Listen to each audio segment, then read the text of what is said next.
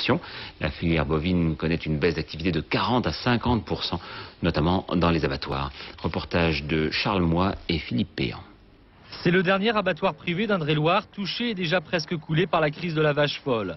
Il y a encore 20 jours, 100 tonnes de viande étaient abattues ici chaque semaine, 10 tonnes seulement la semaine dernière, et un chiffre d'affaires qui est passé de 2,5 millions à 300 000 francs.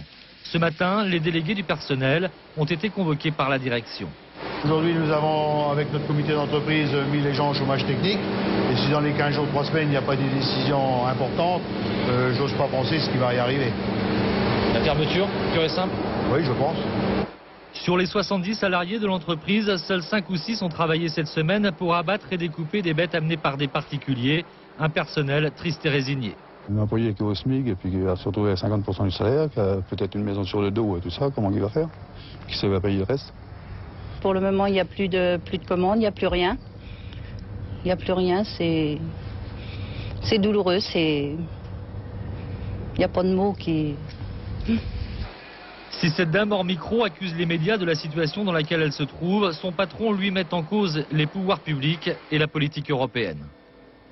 Je pense que si on veut éviter de se retrouver devant des problèmes comme ça, il faut une politique européenne forte. C'est-à-dire que les accords ils soient faits par tous les pays, pas que chaque pays fasse une politique à soi. L'état d'esprit aujourd'hui dans l'abattoir a été ainsi résumé par l'un des employés. On est en train de tourner un film d'horreur pour 50 millions de spectateurs.